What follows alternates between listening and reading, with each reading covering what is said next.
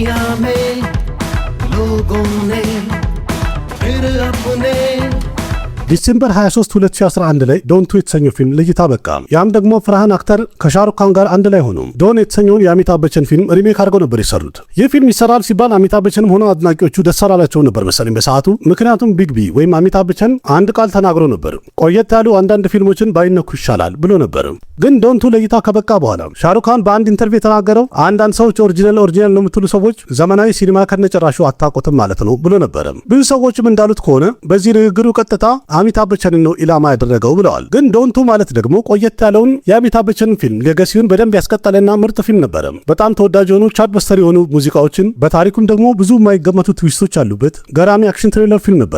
ተመልካቹም ይህን አዲሱን ዶን ልክ እንደ ድሮ በጣም በፍቅር ተቀብለውት ነበር። ግን ሁለተኛ ክፍል ተወዳጅ ከሆነ በኋላ ሶስተኛ ክፍል እንደሚሰራለት ከተነገረ በጣም ሰነባብቷል። ለረጅም ጊዜም ብሔራዊ ጉዳይ ሆኖ በጣም መነጋገሪያ ሆኖ ሲወራበት ነበር፣ በተለይ ህንድ ውስጥ። ዋናው ነገር ደግሞ ሶስተኛውን ክፍል ይሰራል የተባለው ረንቪር ሲንግም ይህንን ፊልም ትቶታል ተባለ። ጭራሽ ነገሩ ተባብሶ ረንቪር ሲንግን አሚር ካን፣ ሲዳት ከፑር የመሳሰሉ ሰዎች ተሰብስበው የኢንዱስትሪ በጣም ትልልቅ ሰዎች ማለት ነው እንዲስማማና ስምምነት እንዲፈጠር አንድ ስብሰባ አድርገው ነበረ። በዛ ስብሰባ ፈርሃን አክተር ያው ኮፕሮዲውሰር ስለሆነ ፊልሙ እንዳላቸው እንደተናገረው ከሆነ ረንቪር ሲንግ አጭበርባሪ ነው ብሏቸዋል። ማለትም አንፕሮፌሽናል በሆነ ተግባሩ 40 ከሮር ያህል ገንዘብ አጭበርብሮኛል ብለዋል። ስለዚህ ፊልሙን ማይሰራ ከሆነ ምንም ነገር አልፈልግም፣ የከሰርኩትን ገንዘብ መልስልኝ፣ ክፈለኝ፣ ከዛ ወደ ቤቱ መሄድ ይችላል አለ ፈርሃን አክተር። ግን በሌላ በኩል ደግሞ ረንቪር ሲንግ ኢንተርቪው ሲደረግለት የተናገረው አንድ ዓመት ሙሉ ሰንጀሊዮ መሳሊ የሚሰራውን ፊልም ወይም ቀጣይ ፕሮጀክቱ ቤርጁ ባውራ የተባለው ፊልም ያንን እሰራለሁ ብዬ አንድ ዓመት ታግያለሁ፣ ለፍቻለሁ። ሙሉ ለሙሉ ለዚህ ፊልም ተዘጋጅቼ ከደከምኩኝ በኋላ በመጨረሻ ግን ፊልሙ ሼልፍ ተደረገ። ማለትም አንድ ዓመት ያህል ለፍቼ እኔ ምንም ገንዘብ አላገኘሁም ማለቱ ነው እያለ ያለው። የስራችን ባህሪ እንደዚህ ነው እያለ ነው። በዛም ረንቪር ሲንግ እንዳለው ከሆነ ፈርሃን አክተር የዶን ስሪ ሙሉ ለሙሉ ስክሪፕቱን ሁሉ አላዘጋጀም ብሏል። ምክንያቱም ኤክሰል ኢንተርቴንመንቶች የተለያዩ ነገሮችን እንዲቀየሩ ስለጠየቁት ስክሪፕቱ አልተጠናቀቀም ማለቱ ነው። ረንቪር እንዳለው ከሆነ እኔን ፊልሙ ትሰራለህ ካሉኝ በኋላ እኔን ትተው ሪቲክ ሮሽንን ማስተዋል ፈልገው ነበር ብሏል። በእርግጥ ፈርሃን አክተር በግልጽ የተናገረው ይህንን ፊልም በትክክል እንዲሰራልኝ አይምሮ ውስጥ ያለው ረንቪር ሲንግ ነው ብሎ ነበረ። क्या क्लिक किया with Ranveer Singh? You know, he's just inherently charming, he's mischievous, just full of energy. ረንቪር በዛ ኢንተርቪው እንደተናገረው ከሆነ ይህንን ፊልም እኔ እንድሰራላቸው እንዲያውም ትዝ ያልኳቸው ዱረንደር የመጀመሪያ ክፍል ስኬታማ ከሆነ በኋላ ነው ብሏል። ያም ደግሞ በዱረንደር ሃይፕ የተነሳ መጠቀም ፈልገው ነው ለፊልሙ ማለቱ ነው። በእርግጥ ፈርሃን አክተር ስሙን ካጠፋ በኋላ በተደጋጋሚ ያለው ይህን ፊልም እንዲሰራልኝ አይምሮ ላይ ያለው ረንቪር ሲንግ ነው ብሎ ተናግሯል። እንዲሁም ደግሞ ውድ የተባሉት ቫኒቲ የሚባሉት መኪኖች ወይም ባሶች እንዲኖሩ ቀረጻ ቦታ ላይ እፈልጋለሁ ብሎኛል ብለዋል። ያም ማድረጉ ደግሞ የፊልም ስራው ላይ በጀቱን ከፍ ያደርግብኛል ማለቱ ነው። በዚህ ቪዲዮ እንግዲህ ዘርዘር አድርገን የምናየው በትክክለኛው የረንቪር ሲንግ ጥፋት ነበረ ወይስ በፈርሃን አክተር ብልጠት የተነሳ ዶን ስሪ የተሰኘው ፊልም በድጋሚ ሼልፍ እየሆነ ነው? ሪቲክስ በፊልሙ ላይ ይተውን ከተባለ ምን መልስ ሰጣቸው? ዶን ስሪን ከተወ በኋላ ፈርሃን አክተር ምን አይነት ነገር ቢያደርግ ነው ረንቪር ሲንግ በአሁኑ ሰዓት ላይ 300 ከሮር ያህል ኪሳራ ደረሰብኝ የሚለው? ሻሩክ ካንስ ዶን ስሪን ለምንድን ነው የተው? ይህን ምክንያት በትክክል ከሰማችሁ በኋላ ሻሩክ ካን ሙሉ ለሙሉ ትክክል ነው ትላላችሁ። ስለዚህ ተረጋግታችሁ ሙሉ ቪዲዮን አዳምጡ ወይም ተከታተሉ። ከዶን ስሪ ፊልም ጋር እንግዲህ የተያዘው ሙሉ ጣጣው ፕሮሰሱ ምን ይመስላል የሚለውን ከነችግሩ ዘርዝር ያስረዳቸዋለሁ። በዛም እናየው ደግሞ ይሄ ፊልም በትክክል ወደፊት ይሰራል ወይስ አይሰራም የሚለውንም እናያለን። ቀዳሚና የሁሉም ጥያቄ የሚሆነው ዶን ስሪ የተሰኘው ፊልም ለምንድን ነው የማይሰራው የሚለው ነው። ቀደም ያለውን ታሪክ ብናይ ሻሩክ ካን ዶንቱን ከሰራ በኋላ ሶስተኛውን ክፍል ለመስራት በጣም ኤክሳይትድ ነበረ፣ ፍላጎቱ ነበረው በጣም እንዲያውም በፊልሙ ላይ ያለውን ካራክተር በጣም ወዶት ነበረ። ስለዚህ መቀጠል ፍላጎቱ ነው። ግን ደግሞ ፍሪ ነኝና ስራን ጀምር ወደ ቀረጻ እንግባ ባለው ሰዓት ላይ ፈርሃን አክተር ደግሞ በትወናና በሙዚቃ ስራው በጣም ቢዚ ነበረ።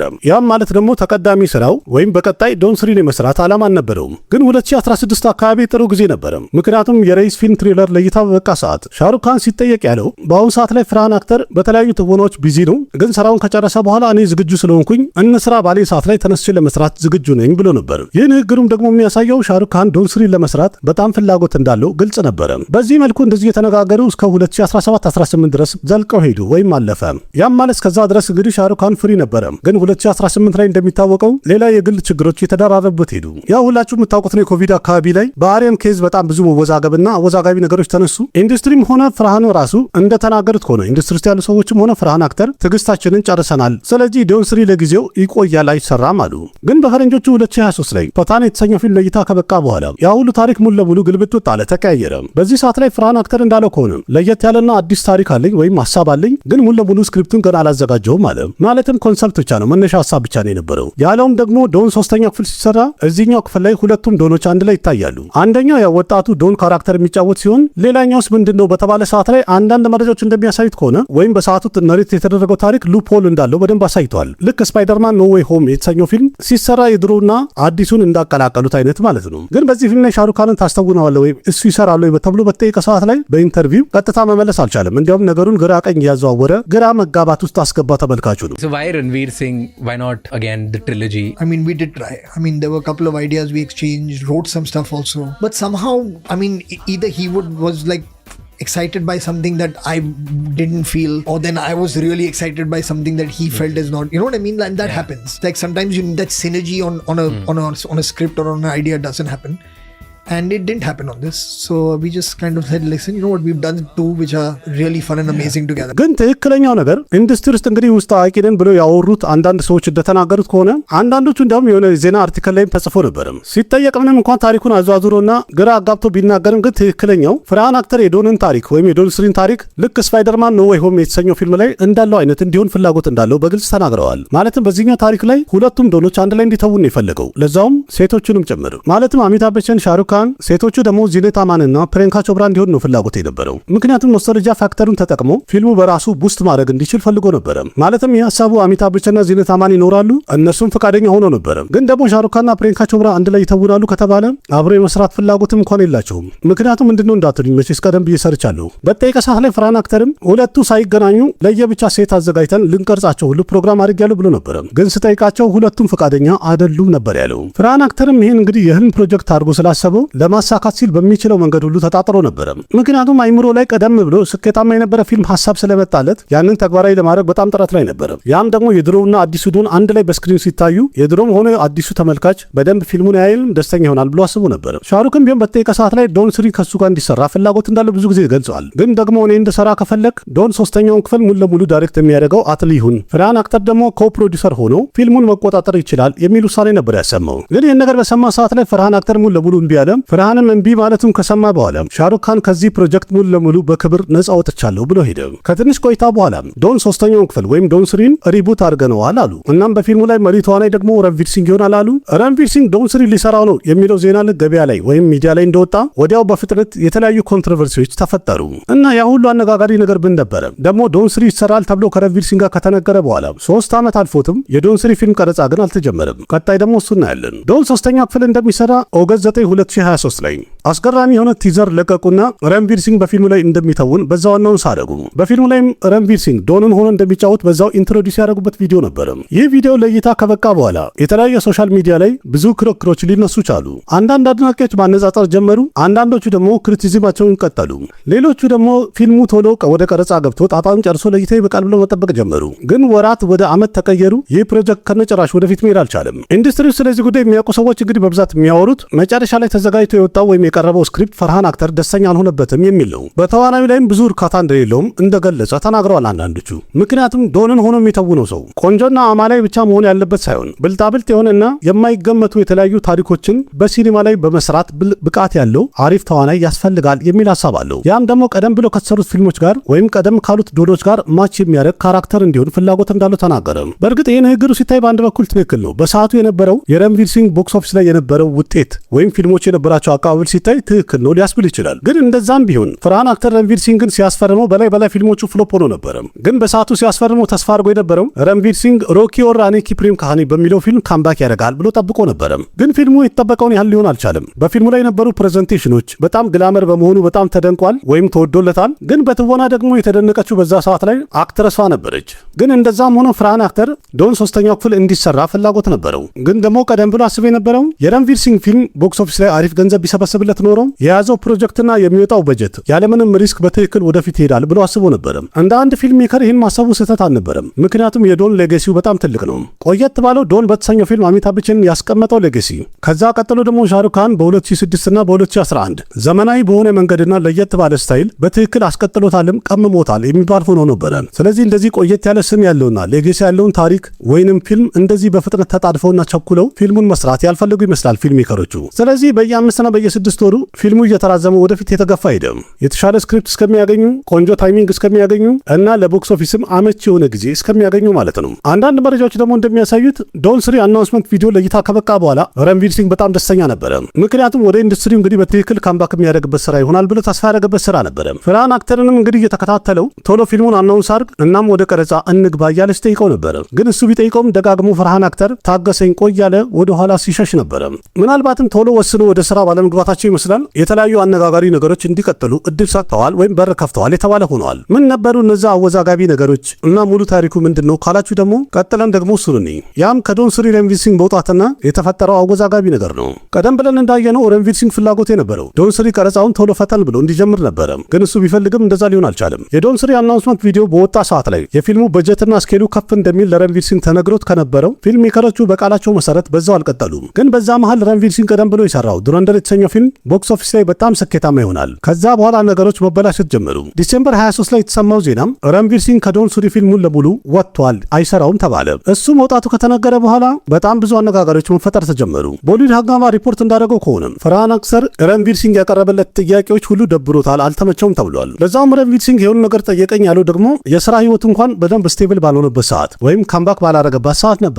ፒንክ ቪላ ደግሞ ሪፖርት እንዳደረገው ከሆነ ረንቪር ሲንግ ከዶን 3 ለምን ወጣ ለሚለው ጥያቄ እንደመለሱት ወይም ፖስት እንዳደረጉት ከዚህ በኋላ ረንቪር ሲንግ መስራት የሚፈልገው ሰንጀይ ለበንሳሊ፣ ሎኬሽ ከነግራጅ እና አትሊ የመሳሰሉ ትልልቅ ዳይሬክተሮች ጋር እንጂ ከሌሎች ጋር አልሰራም ብሎ ነው ብለዋል። ስለዚህ በአሁኑ ሰዓት ላይ ዶን 3 ላይ ምንም ፍላጎት የለውም፣ ኢንተረስት እንደሌለው ይፋ አድርጓል ተባለ። በእርግጥ ረንቪር ሲንግ ዶን 3 ብቻ አይደለም እሰራለሁ ያለውን ፊልም ትቶ ሲሄድ ከዛ ቀደም ብሎም ከፕርሻንት ቨርማ ጋር ረክሻ የተሰኘ ፊልም ይሰራል ተብሎ ተነጋግሮ ተስማምቶ ነበረ።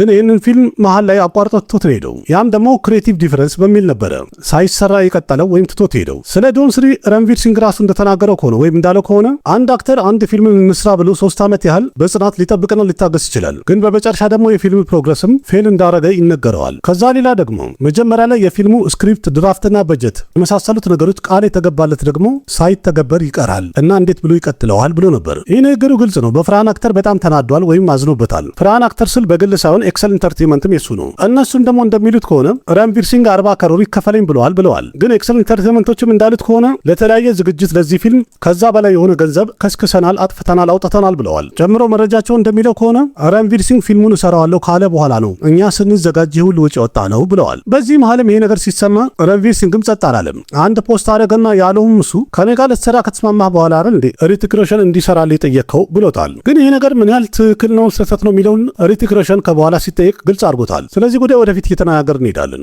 እሺ ዶን 3 ላይ ረንቪር ሲንግ የሚተውን ከሆነ ሌላ ማን ካስት ተደርጓል የሚለውን ደግሞ እኔ የዶን 3 የተዋናዮች መረጣ ወይም ካስቲንጉ ላይም ደስ የሚል ነገር አለው ወይ ለየት ያለ ነገር ተፈጥሯል። ኦፊሻል አናውንስመንት ባደረጉ ሰዓት ላይ በፊልሙ ላይ ኪያራ አድቫኒ ሴት መሪ ተዋናይ ትሆናለች ያሉ ሲሆን ቪለን የሚሆነው ደግሞ ቪክራንት ሜሲ ነው ብለው ነበር። ግን ጊዜው የገፋ ሲመጣ መጀመሪያ ኪያራ አድቫኒ ከፊልም ወጣች። ከትንሽ ቆይታ በኋላ ደግሞ ቪክራንት ሜሲም ከፊልም ወጥቻለሁ አለ። ከዛ ቀጥሎ ደግሞ ክሪቲ ሴነን ሴት መሪ ተዋናይ ትሆናለች ተባለ። ቪለን የሚሆነው ደግሞ ቪጄ ደፍሬኮንዳ ይሆናል ተባለ። ይሁን ለውጥ ከተደረገ በኋላ ብዙ አነጋጋሪ ነገሮች ከተፈጠረ በኋላ ፈርሃን አክተር ፊልም የመስራት ህልሙም ልክ እንደ ትወና አለሙ ወይም አክተር ሆኖ ነገሮች እንደጨለሙበት ይሄኛው ስራውም እየጨለመ ያለ ይመስላል። ስለዚህ ቀጥለን ደግሞ ዶን 3 ታዲያ ወደፊት ምን ይሆናል ረንቪር ሲንግ የማይሰራው ከሆነ ወይም ከወጣ በኋላ ሚሊዮን ነው። ከዶን 3 ላይ ረንቪር ሲንግ አልሰራም ካለ ወይም ከወጣ በኋላ በጣም ብዙ ሚዲያዎች ሪቲክ ሮሽን ፊልሙን ሊሰራ ነው ብሎ ሲያወሩ ነበረ። ግን በቅርቡ በተደረገለት ኢንተርቪው ሪቲክ ሮሽን በግልጽ የተናገረው ዶን 3 የተሰኘውን ፊልም እንዲሰራ መቼም ቢሆን አናግረውኝም ጠይቀውኝም አያውቁም ብሏል። እና ሪቲክ እንዳለው ሪቲክ ካልተጠየቀ ይህን ፊልም እንዲሰራ ወይ ሪቲክ ሮሽን ወይም ረንቪር ሲንግ እየዋሹን ነው ማለት ነው። Hrithik Roshan. However, Hrithik has denied ever being approached for the film. He clarified, what started off as just a rumor has now taken a life of its own, and it's important to set the record straight. I would like to categorically clarify that I was never approached for Dawn 3 at any given time. I request the media to steer clear of any such unverified reports. እስቲ እናንተ ከገባችሁ ከሁለቱ መሃል ማን ይዋሸው? ኮሜንት ላይ ጻፉልኝ እስኪ። በእርግጥ አንድ ማይዋሽ ነገር አለ። ዶንን መጀመሪያ ሲጽፈው ፈርሃን አክተር ለሪቲክ ሮሽን ነበር የጻፈው። ከበኋላ ግን ይህንን ፊልም ከሻሩክ ካን ጋር ሊሰራ ችሏል። ምክንያቱም የፊልሙን ስክሪፕት እያዘጋጀ በሄደ ሰዓት ለዚህ ካራክተር የበለጠ ሻሩክ ካን ይበልጥናል ብሎ ስላሰበ አስተውኖታል። በእርግጥ ይህን በማድረጉ ሪቲክ ሮሽን መቼም ቅር አላለውም ወይም ቅሬታ አላሰማም። የምታስታውሱ ከሆነ ዶን 2 ላይ ሪቲክ ሮሽን አነስ ያለች ካሚዮ ገብቶ ነበረ። ግን አሁን ዶን 3 የተባለው ፊልም ላይ ሪቲክ ሮሽን ከነጭራሽ ፍላጎት ፍላጎት የለውም። ስለዚህ ዶን ሆኖ ማን ይተውናል የሚለውን ፍለጋ ቀጥሎ ነበር። ከከርቲ ካሬ ጀምሮ እስከ ሻሂድ ካፑር ድረስ እስከ ስዳት መለትራ ድረስ የተለያዩ ሰዎች ይሰሩታል ተብሎ ሲነገር ነበር። አሁን በቅርቡ እንደተወራው ከሆነ ፈርሃን አክተር ራሱ ዶን ስሪን ይተውነዋል ወይም ይሰራበታል ተብሏል። የራሱ ፊልም ስለሆነ ራሱን ዶን ሊያደርግ ይችላልም የሚለው እንግዲህ አሳማኝ ነው። በፊልሙ ላይ ዶን ሆኖ ማን ይተውናል የሚለው ባይታወቅም በጣም ብዙ ዜና ነው እየወጣ የነበረው። ግን በዛው ኤክሴል ኢንተርቴንመንቶች እንዳሉት ከሆነ በዶን ስሪ የተነሳ ፈርሃን አክተር በጣም ተወዛግቧል፣ ግራ ተጋብቷል። የዶን ስሪን ነገር ለትንሽ ጊዜ ራቅ ማድረግና ማራዘም ፍላጎት እንዳለው ተናግረዋል። ለዛም ይመስላል ቆየት ያለ ስክሪፕቱን ጂሌዘራ የተሰኘውን ፊልም በድጋሚ ለመስራት እንቅስቃሴ ያደረገ ነው ያለው። ግን በዚህ ሁሉ ግርግር ውስጥ ረንቪር ሲንግ በጣም ትልቅ ኪሳራ አጋጥሞታል። ምክንያቱም አሁን በቅርቡ ለእይታ ይበቃል ተብሎ የሚጠበቀው ፐርሌ የተሰኘው ፊልም ቀረጻውን ሊጀምር ሙከራ ያደረገው ቀደም ብሎ ነበረ። የዚህ ፊልም በጀቱም ወደ 300 ከሮ አካባቢ እንደሆነ ተነግሯል። ግን አሁን በቅርቡ የወጡ ሪፖርቶች እንደሚያሳዩት ከሆነ የፐርሌ ፊልም ፕሮዲውሰሮችን ማለት ቪርላ ስቱዲዮችን ፈርሃን አክተር በግል ተገናኝቷቸዋል። የነገራቸውም ከዶን ስሪ ጋር በተያያዘ የ40 ከሮር አለመግባባትና ክርክር ስላለ ይህንን ክርክራችንና ችግራችንን ካላቃለል ነው ካልጨረስ ነው የረንቪር ሲንግ ቀጣይ ስራው ፐርሌ ቀረጻ እንዳይጀመር እንዲቆም ብሎ ትእዛዝ ሰጥቷቸዋል። እንግዲህ አሁን በቀጣይ ፈርሃን አክተር ጂሌዘራ የተሰኘው ፊልም ይሰራል አይሰራ የሚለውም አይታወቅም። ዶን ስሪ ደግሞ ይራዘማል ወይስ በሌላ ሰው ይሰራል የሚለውም አይታወቅም። ግን ትልቁ ጥያቄ አሁን ህዝቡ ላይ እየተፈጠረ ያለው ዶን ስሪ ቢሰራ እንኳን ቀጣይ ዶን ማን ይሆናል የሚለው ነው። ብዙዎቹ እንደሚሉት እንግዲህ ዶንን ሆኖ ለመተወን 3 አክተሮች ምርጥ ይሆናሉ ይላሉ። እነሱም ደግሞ ሻሩክ ካን፣ ሪቲክ ሮሽን እና ረንቪር ሲንግ ናቸው። ግን ደግሞ እነዚህ 3 አክተሮች ናቸው ዶንን አንሰራም ያሉት። እስቲ እናንተ በኮሜንት ግለጹልኝ። ዶን ስሪ ላይ ማን ነው ዶን ሆኖ ማየት የምትፈልጉት? ኮሜንት አድርጉ እስኪ። እና በዚህ ሁሉ ግርግር ውስጥ ፈርሃን አክተር ነው ወይስ ረንቪር ሲንግ ነው? ማን ነው ጥፋተኛ? ለዛሬ ያቀረብኩላችሁ ፕሮግራም ይሄን ይመስላል። ቪዲዮ ከተመቻችሁ ላይክ አድርጉ። ያላችሁን ሀሳብ አስተያየት በኮሜንት ገለጹ።